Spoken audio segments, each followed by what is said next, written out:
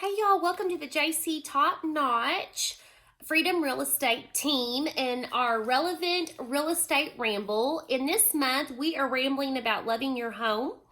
And I think that you might have heard in our first video, I am a real estate agent, but I am also a certified residential appraiser. So on loving your home, I want to go over deferred maintenance and kind of what appraisers look for, even if you're not even selling your home. What if you're getting a home equity or a refinance? I wanted to kind of hit just some major things, like when I'm pulling up to a home and I start doing the inspection and what I'm scanning and looking for. But first I want to go over what is deferred maintenance. Well, it's postponing activities such as repairs of both real property and even personal property in order to save cost. The result of deferred maintenance usually is more costly than if the projects had not been postponed. Best way to avoid these problems is to go ahead and budget in the cost for deferred maintenance on a monthly budget, weekly budget, yearly budget. If you have those budgeted in, then you can go ahead and fix your deferred maintenance. One thing I think a lot of people, they don't think about is your gutters. Gutters need to be cleaned out, because if you have a bunch of leaves and debris in the gutters, there's going to be an overflow. And what happens when there's an overflow, it's not taking the water away, and then it's going to cause wood rot on your soffits and your eaves, and then you're going to have to end up replacing all of that, which is really expensive if you're talking about a whole entire house having to replace all that. So if you would just clean out your gutters, that would solve a lot of the problems with soffits being replaced or exterior paint or wood rot, etc.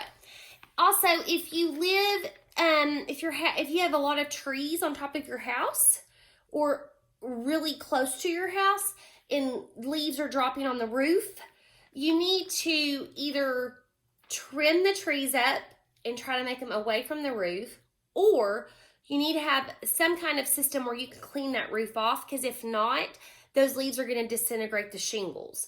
And roofs are costly.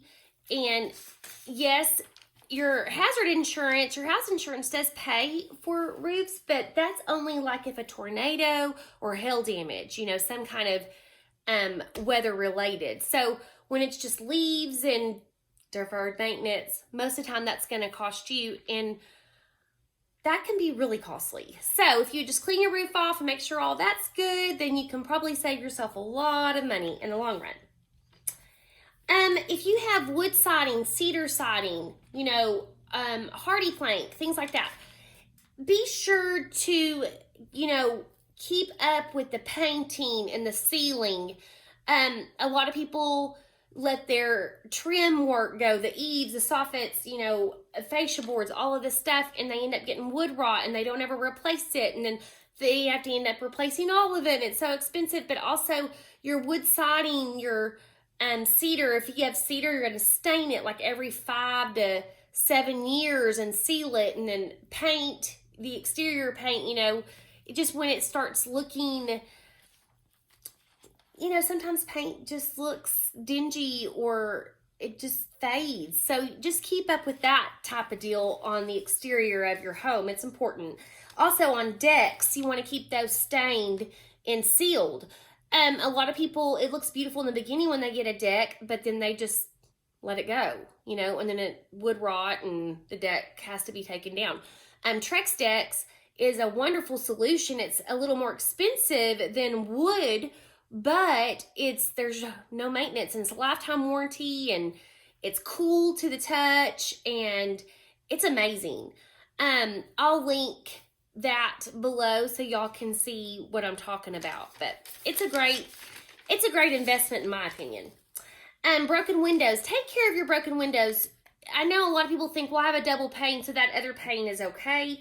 Well, you're still allowing your other window to fog up and not keep the proper temperature inside your home. So you want all your panes fixed. Doesn't mean that you have to replace an entire window. There's lots of people who'll just replace one glass pane. Just see who does glasswork in wherever you live and call them and ask them for an estimate. Tell them the measurement of the pane, and I'm sure they'll give you a great estimate and come and install it. Swimming pools. You need to keep your pools clean. Don't let them go. If you have a pool, maintain it. You know, if you're going to winterize your pool, make sure that you clean it really good, clean all the debris out, and then put a great custom cover over it.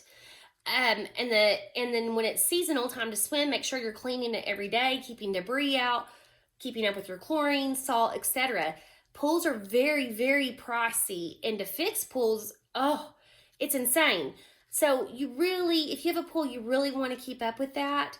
Especially if you're selling your home, no one wants to see a green pond. You know, they want to see a clear blue, well taken care of swimming pool. Because if you take care of the outside of your home, they are going to think that you most definitely take care of the inside of the home too. Okay, so it's well kept. It's a great home. It's great bones. Everything has been in excellent condition. So if you have a swimming pool, keep up with it. Make sure that you're cleaning it and sweeping it out and doing all that great stuff. On the interior, you need to change your air filters every 4 to 6 months. If you have pets that shed and that are in and outside a lot, you probably want to change your air filters once a month. Air filters are not that expensive, and it just gives you clean air, and it makes the air conditioner and heater run better, and it's just a great filtration system. So really keep up with that. You might want to set an alarm on your cell phone, write it in your calendar, you know, every 4 months or every month, and just double check and look at them. Interior paint, and then also the trim paint, baseboard. You know, if you have kids can be hard on walls, on drywall. So make sure if there's any fingerprints or Crayola, you know, whatever, that hopefully you have a washable paint, you know, that you can wash all that stuff off. If not, don't just let it go. Actually, like, paint the wall. Let it look fresh and clean, and you're going to feel better about it too. And paint's not that expensive, and usually you can do it yourself if you'll tape it off, and lots of YouTube videos out there on how to paint. Cleaning your carpets. I know, I personally, you can always hire a professional carpet cleaner, but I actually bought my own carpet cleaner. It's a Hoover. I can link it in the comments. I'm not getting paid from any of these people. I just share what I love. But the one that I have is awesome. It, you know, has a container for the dirty water and then the clean water, and I dump the dirty. I mean, it's a lot of work. I mean, you got to dump the dirty water a lot because carpets get pretty dirty. You don't realize. But I like the softness of carpet, and a lot of people do, like in the bedrooms. We have hardwood, you know, living and tile in the laundry and bathrooms. But, you know, carpet is just a little soft touch, and a lot of people like that. Some people don't, and that's perfectly fine. But if you have carpets, you need to clean them, and you need to keep them maintained. I usually clean my carpets about once a month, and that's why I have my own carpet shampooer, because of that. And mine heats up and sanitizes and everything. Also, you want to keep your floors clean. You want to keep your whole house clean, y'all, okay? Make a schedule. Once a month, I'm going to clean my oven. Y'all, nobody wants to see a dirty oven when they're seeing a house. And believe me, they're opening your oven. So make sure it's clean. Like right once a month or once every couple of months, clean my oven. On this Saturday, I'm going to clean the inside of my refrigerator. Yes, they open your refrigerator. They want to see what kind of refrigerator is it. Or if you're going to leave it, especially, you know, make sure it's all clean and nice and organized. Make sure that your microwave's clean, especially if it's a microwave drawer, because they want to pull it out and see everything. So make sure all that's clean. On your floors, make sure your grout's clean. I bought a Bissell Pro Crosswave. I bought the pet one because I have a golden retriever. But it vacuums, mops, and scrubs at the same time. I'll link it. I'm not getting paid. But I was on an appraisal, actually, and this lady was using it, and I was like, what is that? And she started showing me. She's like, oh, it's the best thing. And y'all, it is the best thing. Vacuums, mops, and scrubs at the same time. So you want to make sure your grout's clean. I mean, everything looks clean, and it's going to make you feel better too, right? A clean house, I mean, makes me super happy. So, and on hardwood floors or engineered or vinyl plank floors, get some felt bumpers for underneath your dining room chairs or your bar stools. That will help prevent the scratching on those hardwoods, because chairs can be, or your furniture, even your couches, your love seats, those need some little felt bumpers. And that way you're not having to replace flooring later, right? Speaking of, if you are missing a tile or a busted tile or something, replace it. No, you know, because if an appraiser comes in like for a lender, they're going to note that. They're going to say, oh, floor covering needs to be replaced. You know, get all that replaced. Keep some extra tile on hand so you have the same color, the same brand, etc., etc.